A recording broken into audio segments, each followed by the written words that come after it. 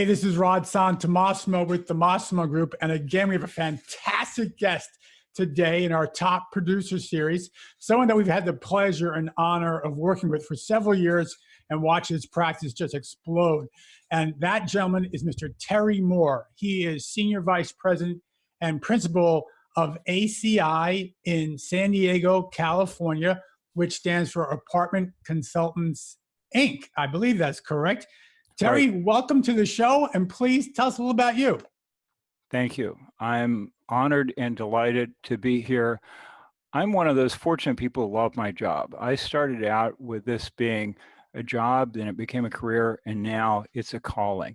And it's amazing that I get paid to do something that I'm gifted for, that I hadn't realized when I began. And there have been some twists and turns that I've modified and transformed a bit. But I'm fortunate in that I help people make great choices that's going to be their most important financial choice for the next decade. It's quite a fulfilling gig, and I love it. Well, that is fantastic. And what I love about you, Terry, I think what the audience can really resonate with, you're not aligned with a major national house. You're not aligned with a huge team. You're not. The last person that we had, a guest we had, someone I believe you met one of his former partners, James Nelson, now at Avis Young. He has a team of 30 in New York City, and now he's dominating the market, and he's made a lot of moves. You're different. I love about this because you've dominated the market in your niche and what you do, and you have a small team. We're going to get into all that. So before we get to there, though, Terry, tell the audience, what is your niche? What is your avatar? What's your ideal client? It's your history teacher, Rod. Your history teacher's old-fashioned. They got married, and then they got pregnant, and then they had kids, and they got a house. And at one point, they said, you know what, we've got more kids than we've got bedrooms. Now, you can't shoot any of them. We need a bigger house. And then one of them said to the other one, honey, let's not sell home, let's rent it out. 5 years later, the rental house became a duplex. 5 years later, it became a fourplex, then an eightplex. And now they are the richest person in their census tract, and nobody understands how they're spending 4 weeks a year in overseas travel. But we serve the millionaire next door, and our typical deal is between $1 and $3 million. Our typical situation is we help these millionaire next doors trade their perfectly good apartments for some other perfectly good apartments. We're involved in helping people who do face-to-face capitalism, who know their tenants by name, know their problems, and we don't serve Warren Buffett. Amazon is not our client. It's your history teacher. It's the millionaire next door in your neighborhood that you don't know is the millionaire. That's our client. We do business across the kitchen table. Our firm, we change our own oil. We're a low tech, but hopefully high effectiveness firm without a lot of whistles and bells. We simply get in, get the job done, and get out of the way. Okay, so if I could summarize that, and that's what I love, because you know what an avatar is. You described an avatar, and it's so important for our audience to understand, to have the ability to articulate who your ideal client is, as Terry just did, give us the history and what they've done and where they're going, what their challenges are. And if I could sum that up in more common broker speak, look, Terry's audience is the private owner, right? Not in terms lower, but private owner, single, multi-asset, 1 to 3 million, where all the velocity is in most of the markets. That's fantastic. That's where Terry is fishing, and that's where he's hunting, and that's where he's going after. So, Terry, I'm going to use your words and when you introduce yourself, you said at first this was a job. So take us back to when this was just a job. How many years ago was that? And how did you get into commercial real estate, and why? Great question. Let's see if I can give you a great answer. I had an MBA, worked for the world's biggest bank, got fired for being a jerk. I didn't think it was possible to get fired from a bank unless you were crooked or incompetent. You could be a rectum and get fired. We bought a little hardware store. We had very good success in a Midwest state. My wife helped me understand that even with an MBA, the percentage return that we got on nuts and bolts was irrelevant. I need to be in a bigger arena. We moved back to San Diego, and I worked for a client and also did some investment real estate. I got trained to teach somebody about investment real estate before I knew what was going on. But at 40 years old, I said, I got to figure out what I'm going to do with the rest of my life. I started doing apartment brokerage. And there's a long, involved, kind of irrelevant story about how I got into that. But I figured out, I could kind of do this, and I need to make a living for the next 25 years or so. And fumbled and stumbled. I had some gifts, but frankly, I was doing the wrong things the wrong way. I was too insecure. Rod, I'm the guy who you wouldn't hire. Mm-hmm. My test scores were off. They were bizarre. I did not fit the mold, but I was able to transform myself and get enough things right and learn enough things that I made a living at it. And then after a while, I said, I can make a good living at this. And then about retirement age, I said, I'm going to finish with a flourish. I met you guys. You gave me this long, involved test, which I hated. You told me 100 things that the superb brokers do. An assessment. We didn't test. An assessment. And roughly speaking, the grade coach that you assigned me politely said a version of, you're doing really good on 22 of the top 100 things. You've been coasting for a while, haven't you? Which 3 of the next 78 do you want to work on? I was crushed. But since I've been involved with your organization, I'm beginning to do things deftly. The results are much better, much less wasted effort, doing the right things more on time, on focus. My wife says, I wish that Rod had been in business 25 years ago and you'd been his first client. She's right again. But it's been an interesting thing trying to figure out some of these things I can do well. Others are not so easy, but adapting as best I could to the things that the job required. Well, thank you for that. And Terry's being modest. We know the numbers of brokers across the United States, what they're making. And, if in, for most, like if you look at an economy, you're a 1%er, you're a 2%er as far as your earnings from a tax perspective. Terry's definitely in that top 2, 3, maybe 4 at the highest percentile of earnings in the United States. So he's kicking ass, and he's doing it with a small team in a major market by focusing on what he's doing. So he's a little modest, but he's doing really well. And he's what he's calling his retirement years. So Terry, let's talk about a couple of things. Well, I'm talking about really exciting. Don't let me forget about the book. I want to talk about that before. Thank you. But you decided on this niche, and you said you're low tech. So talk about the tech side. When you say you're low tech, how do you run your day-to-day operations? What tools do you use to master your craft there in San Diego? Well, the piece that you can't see very well is the team that makes me look smarter than I am. And I kind of got that from reading your book, Teams That Dominate. If you haven't bought Rod's 2 books, buy them, read them, do them, buy them, do them, read them, buy them, do them, read them.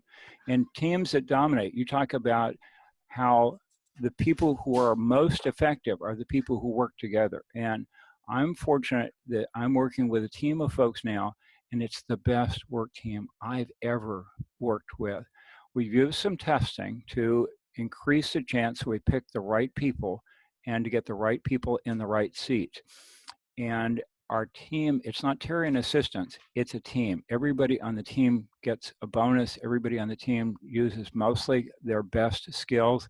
And I got to be the first one on the bus, so I get to decide which skills I use and which skills I need help with. But the team has enabled us to well prepare to serve the clients that we serve. And for us in our arena, there are 10 REIT deals a year. I read about them in the paper. I never am a competitor. But there's 300 to 400 deals that are done with a millionaire next door, and we get to compete for a lot of those. Well, let me stop you there. Because I want to talk about. I asked about technology, and you went to your team, which I love. So let's focus on team. How many team members do you have? You don't have to give me their names. You don't have to do that. But how many team members do you have, and what roles do they play on the team? Okay, I'll do it in order of seniority. One lady was one of the best, maybe the best escrow agent in the county, and she joined me about 6 years ago. Then there was a bright young woman who started as an intern, and she sometimes fills in as escrow coordinator, but she also works a lot with buyers. Some people would say that she does a lot of the functions of a second agent or a junior agent. She enables me to be in two places at once because she does inspections, she gathers due diligence, she coaches and holds the hand of, provides wisdom to the clients we serve, both buyers and sellers. She's less than half my age. She understands technology and repeatedly explains to me how the 20th century works. She has a good sense of humor, and she's very gentle with me. Another person on the team that's integral is Barry, who you saw in the background. Barry was successful in corporate America. He was a client, and now he works with us, in effect, as our in-house appraiser. Barry and I aim to value between 60 and 80, maybe we'll get 100 values done next year. And then our most recent stateside team member is Social Velcro. She is wonderful in terms of her mental flexibility. She speaks several different languages, and she does a variety of things in coaching buyers and following up with people that candidly might have slipped through the cracks otherwise. And she's also good with social media, and she's, again, less than half my age. She calls me grandpa, sometimes grumpy grandpa. But collectively, we use our CRA is REA Next. Okay. We use email through Google. We get phone research through Realonomy.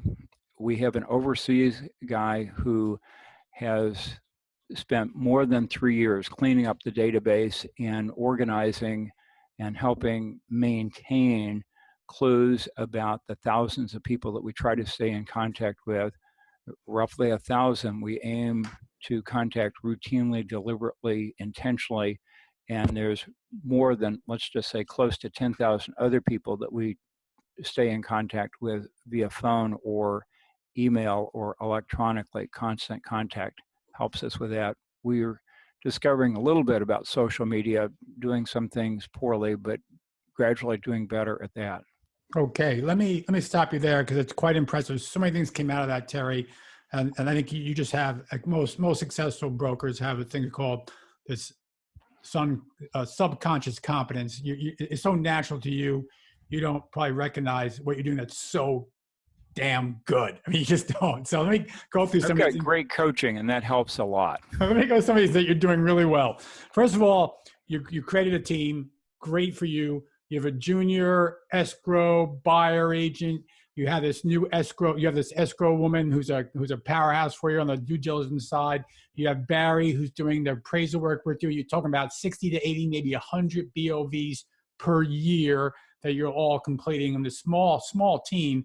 Then you have this outsourced person who's probably in Asia somewhere. Where else? Right. Philippines, correct. Philippines, okay. And they've been you for 3 years doing research and working on your RE Next database. You figured it out. That's what I look at.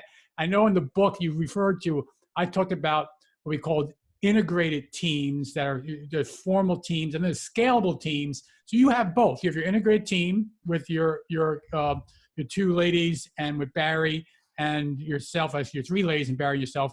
And then you have this scalable team using the virtual assistant as needed to work on your research needs. So you've really figured out the team. So Terry, what does it allow you to do that you enjoy doing during your time when you're working? What does it allow you to focus on?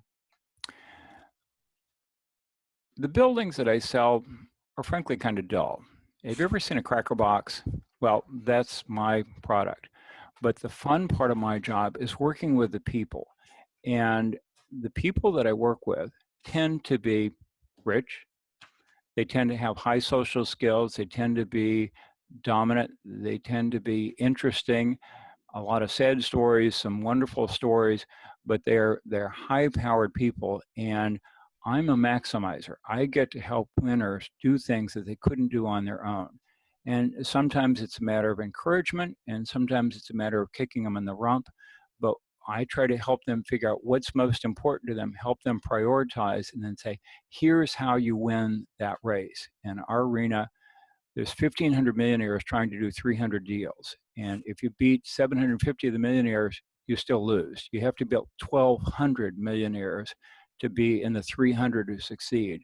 Well, our team has learned by making a lot of mistakes and doing some things right.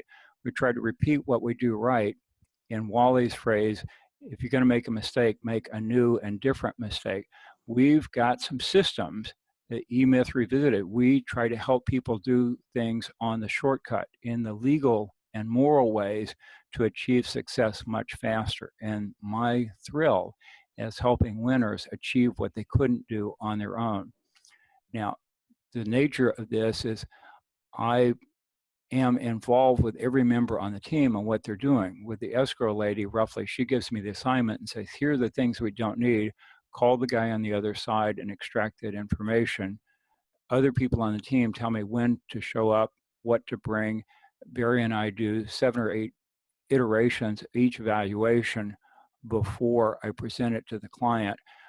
Several people on the team go with me as a second set of eyes and ears when I present, and one of my teammates literally kicks me under the table when I ramble too long.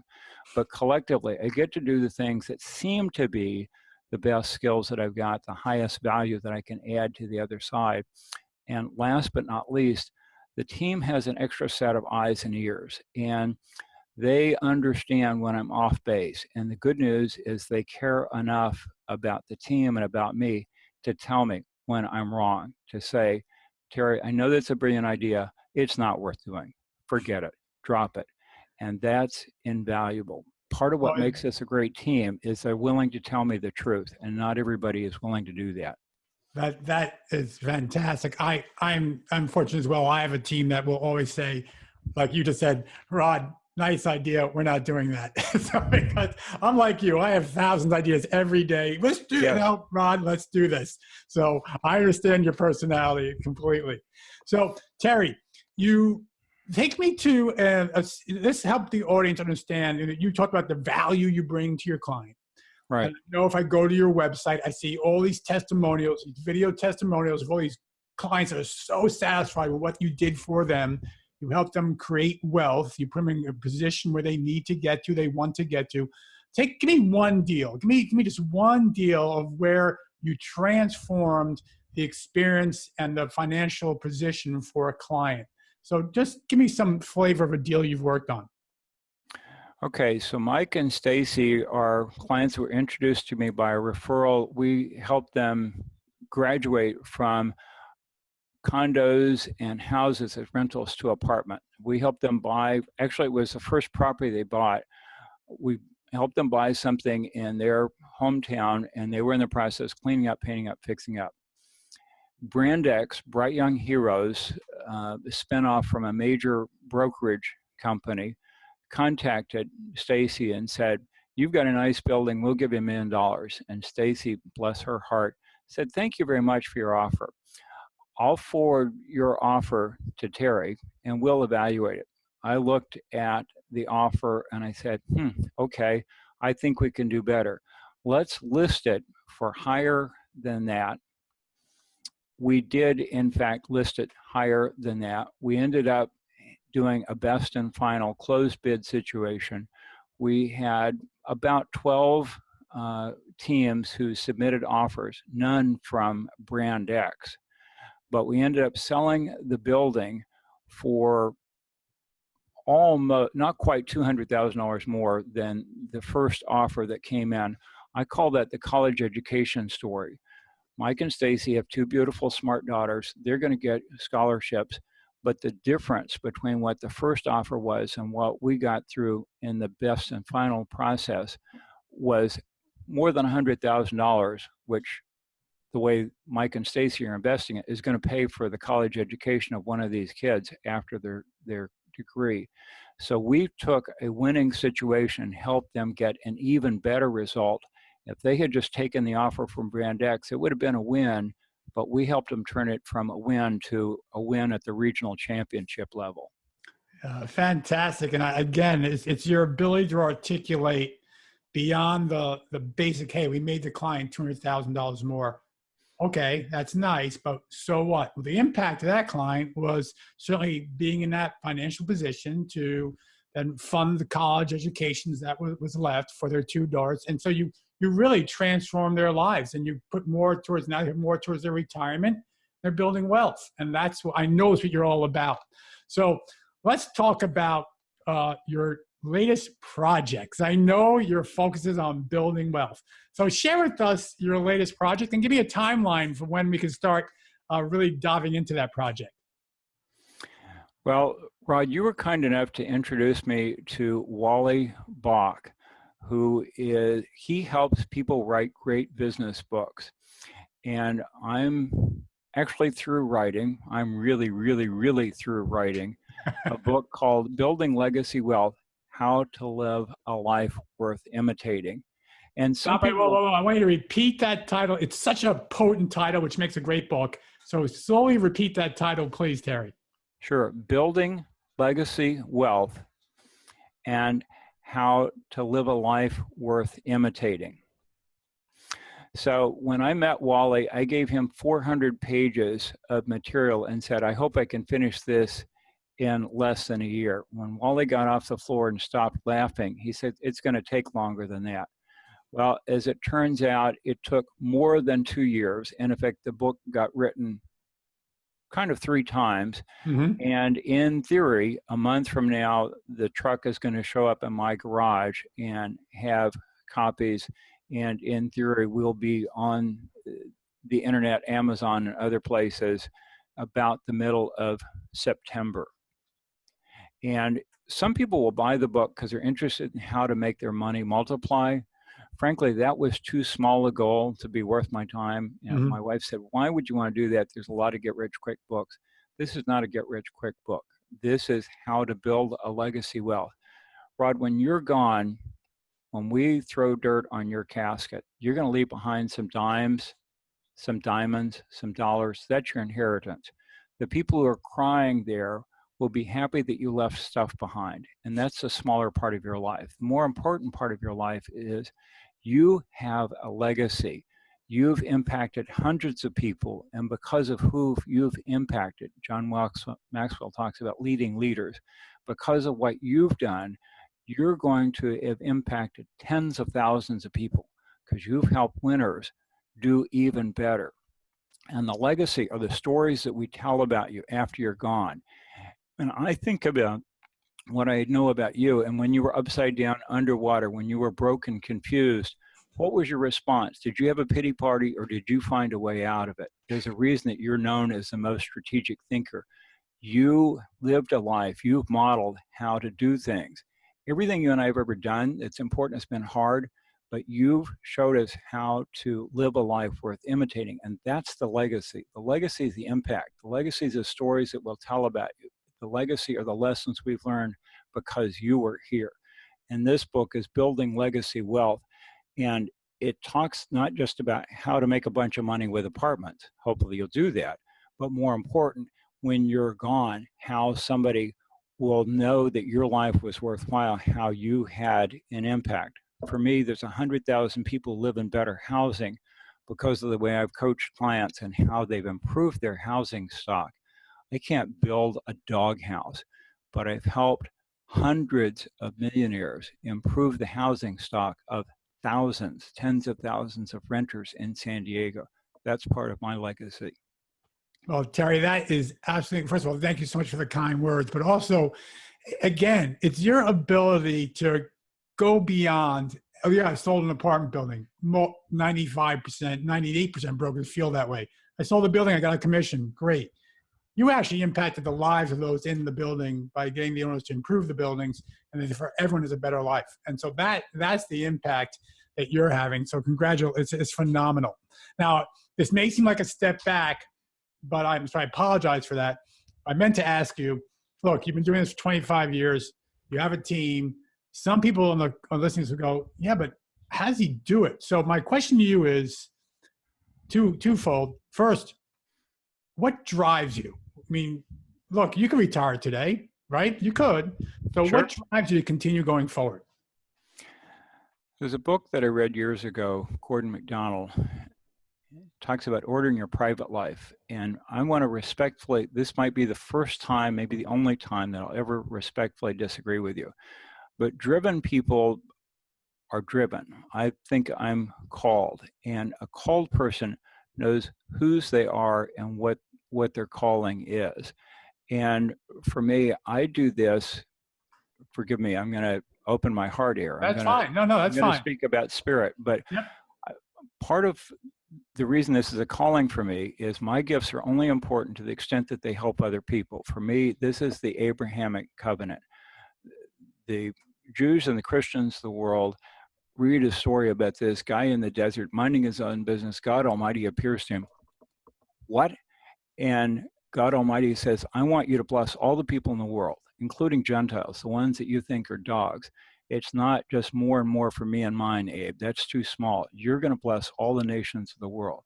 Well, my situation is not that important, but the reason that I keep doing this is because I think I've found a calling. I can see a way that I can offer help. Yeah, before I hired you, I could have been on my 43rd national park, my 27th national forest. I could have been halfway through the Appalachian Trail. But the reason that I'm still doing this is because our team is able to help people do things that they couldn't do on their own. And that gives me a charge. Candidly, at this point, I'm working for charities. We've gotten more than we deserve. I won't work for free, but I love this stuff. And not just because we can help other people win, but also, candidly, I'll be able to be slightly more generous in passing years. But mostly, it's fun, and I'm helping people do things that they couldn't do on their own, and that's why it's exciting to me. I hate failing. I hate deliberate practice. I hate when Blaine coaches me on how to do cold calls, and I fumble and stumble and do it wrong. But deliberate practice means trying something and failing, trying something and doing it slightly better and failing, trying something and doing it almost right, trying something and messing it up again. Your friend of mine, Bo, routinely says, amateurs practice until they get it right. Professionals practice until they can't get it wrong. That's what I'm aiming for. I'll never get there.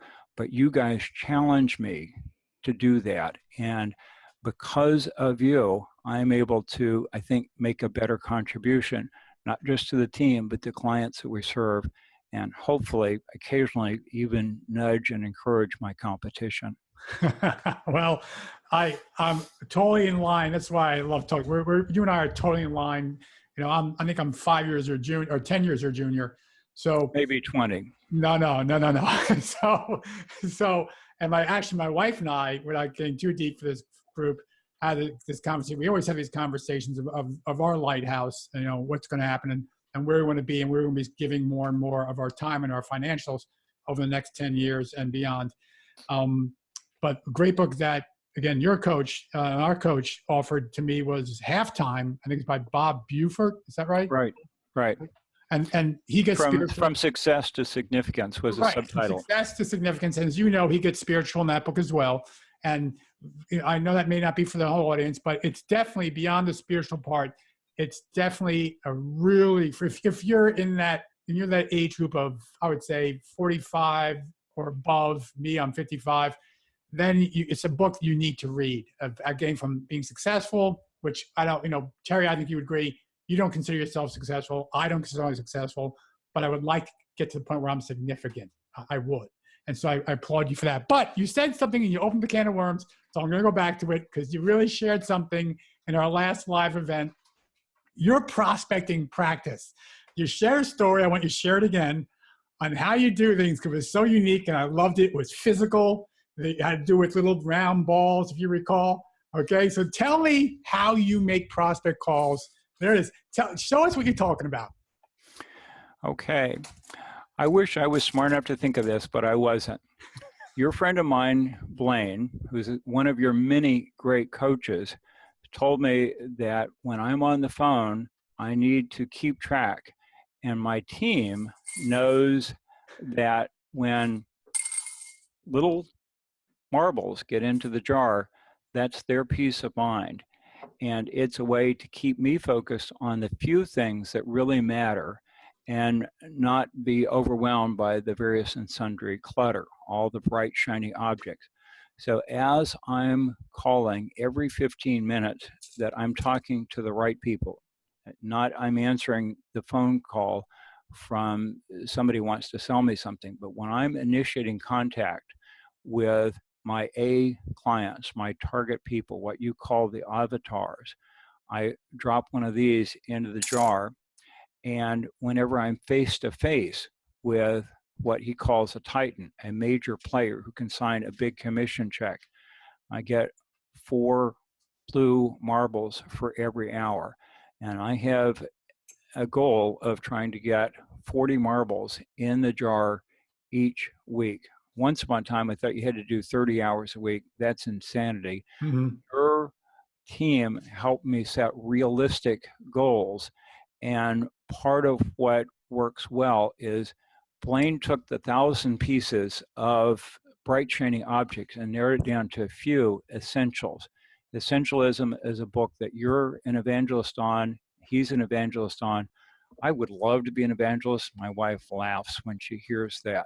But that's something which you focus on the few things that really matter, and you let all the rest go by. And the marbles in the jar increases the chance. It's my structure. It helps me know at the end of the day that the best thing I can do for my team is not write brilliant articles, it's not give super speeches, it's get little pieces of glass in the right jar. And this tells all of us how I'm doing on my most important job. That's beautiful.